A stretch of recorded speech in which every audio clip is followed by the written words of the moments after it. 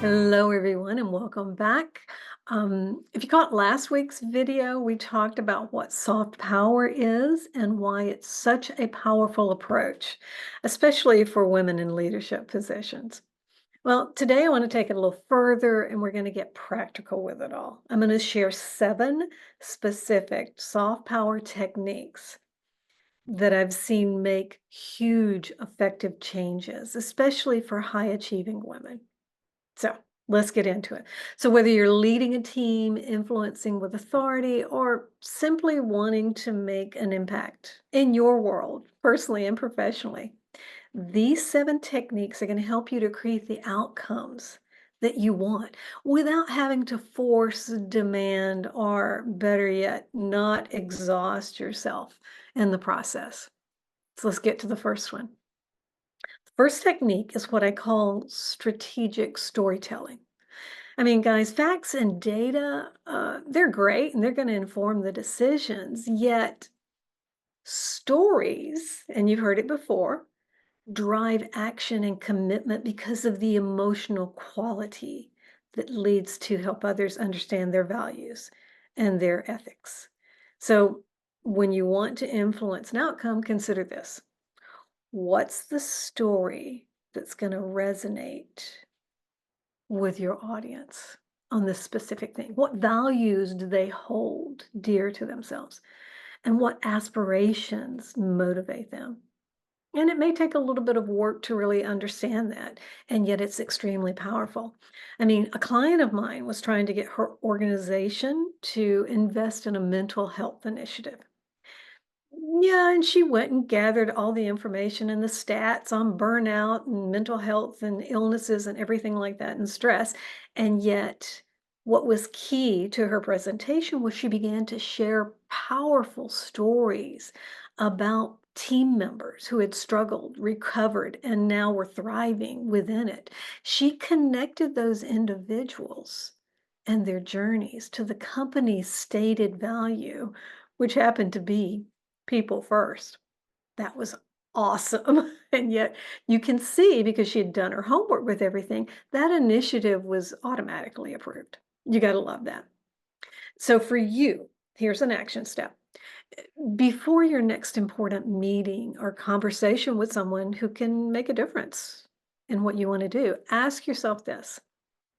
What story needs to be told here? What narrative can create not just intellectual understanding, but emotional resonance? That's what you want. That's what storytelling is. Create that emotional resonance. Now, the second technique is about coalition building. And we kind of talked a little bit about this through the example of my client in the first video.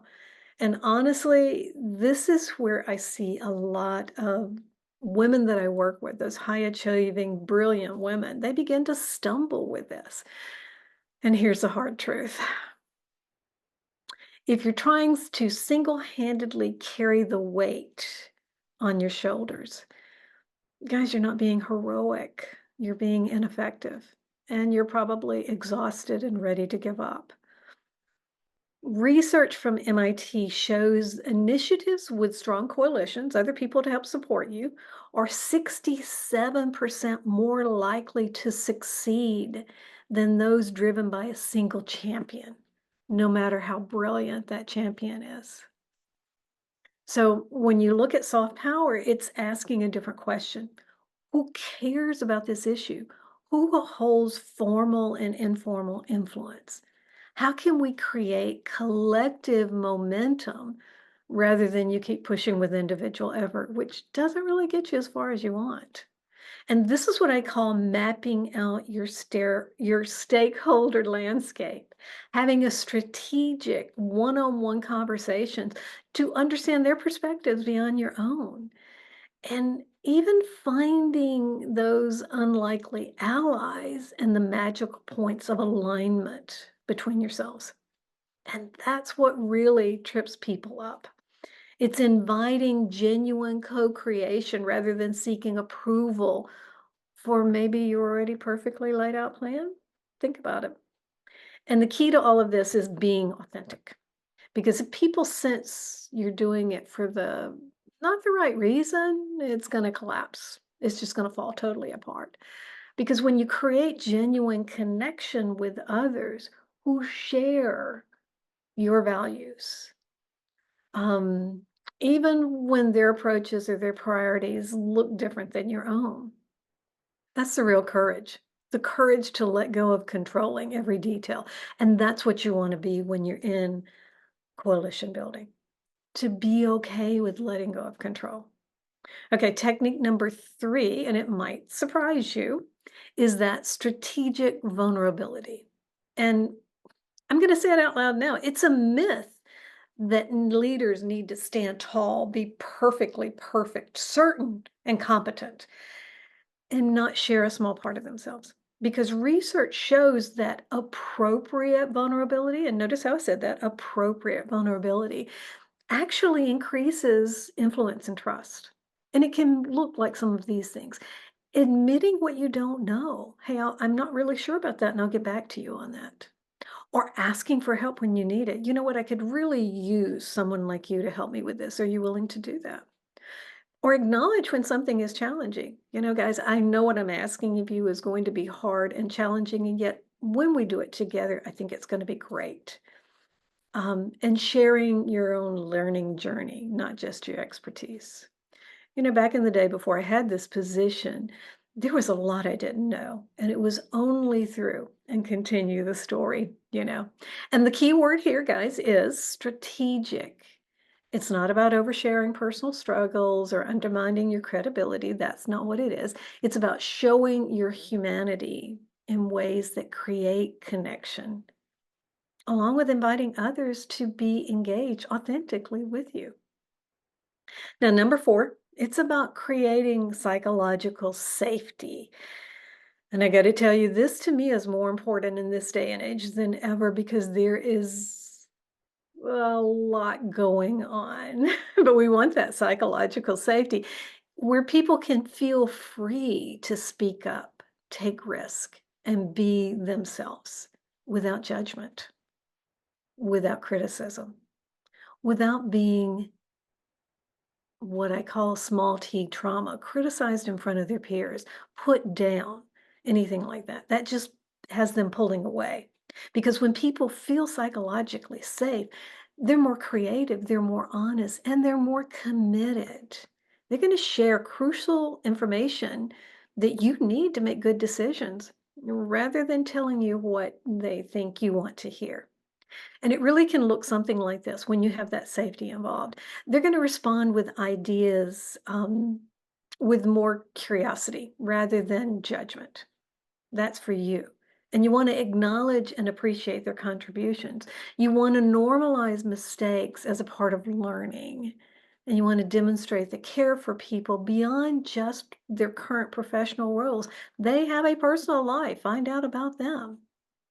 And remember, when you can create that psychological safety, you become more of the influencer. That's what's important. Now, the fifth technique is about something I don't think most of us do that often, but it's about asking powerful questions. And questions are the one of the most underutilized leadership tools that you have in your bag, especially when you're looking to drive innovation and alignment. So instead of making statements or giving directions, try to frame those leadership moments around questions, something like this. What would make this decision feel like a win for everyone involved? How might we approach this challenge differently? What are we not seeing or even considering, in your opinion? You know, and what do you think would make it easy for you to support this initiative? Guys, the beauty of questions is that it begins to engage others, their thinking, their involvement, their engagement. Feel valued with you asking questions. They don't feel triggered by resistance of the direction and the demands that you might put on them. Ask those curiosity questions. And then technique number 6, we're getting there.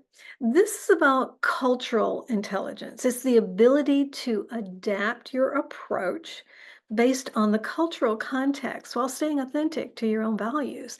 And it goes beyond the obvious cultural differences.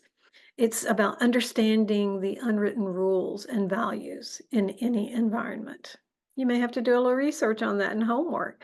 I mean, what behaviors are rewarded here? How is power understood and exercised?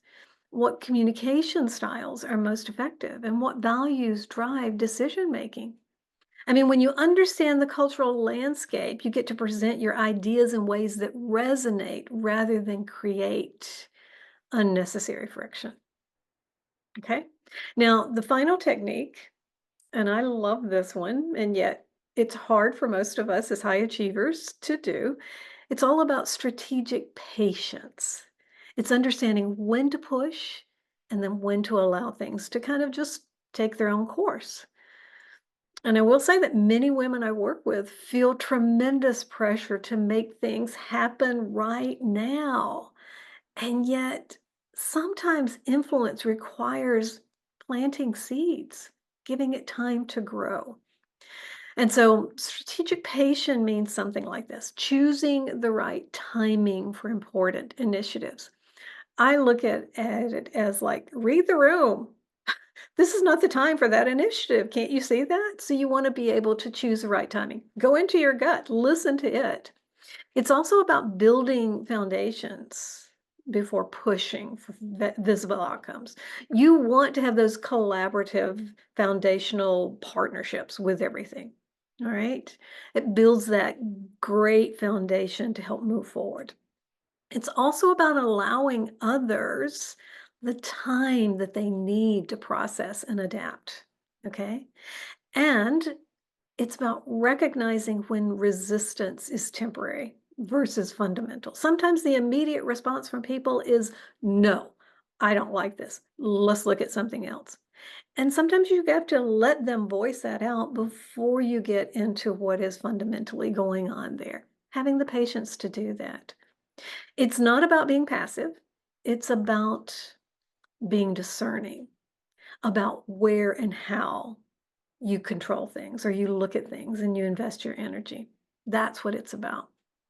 So, those 7 techniques again: strategic storytelling, coalition building, strategic vulnerability, creating psychological safety, asking powerful questions, cultural intelligence, and last but not least, that strategic patience. All of these form a very powerful toolkit that you now have for leading with influence rather than demand and authority. Because, guys, the beauty of soft power is it doesn't require a formal position or title. You can practice these approaches whether you're leading a global organization or influencing outcomes in a volunteer committee, whether that committee is at your local church or organization that you volunteer for. It can also be for your family and friends. Trust me. All right. So next week, I'm going to share how to overcome the most common obstacles to using soft power effectively. So make sure you're subscribed. And until then, I'd love to hear from you. Which of these techniques resonate most with you, or what soft power approaches have you found effective in your own leadership? Let me know in the comments. And remember, your influence is far greater than your authority. Use it wisely. I'll see you next time.